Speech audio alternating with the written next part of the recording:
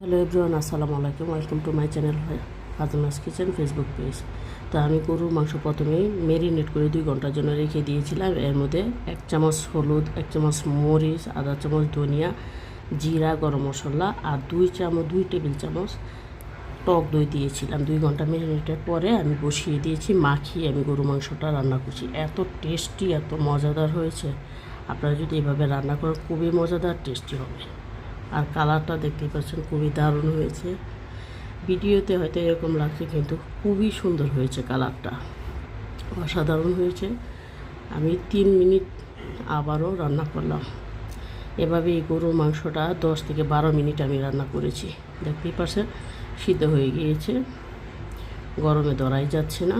তো আমার মাংসটা রেডি হয়ে গেছে। কেমন লাগলো আপনাদের কাছে সবাই কমেন্টে জানাবেন। ভালো লাগলে একটি লাইক দিয়ে কমেন্ট করে শেয়ার করে দিবেন।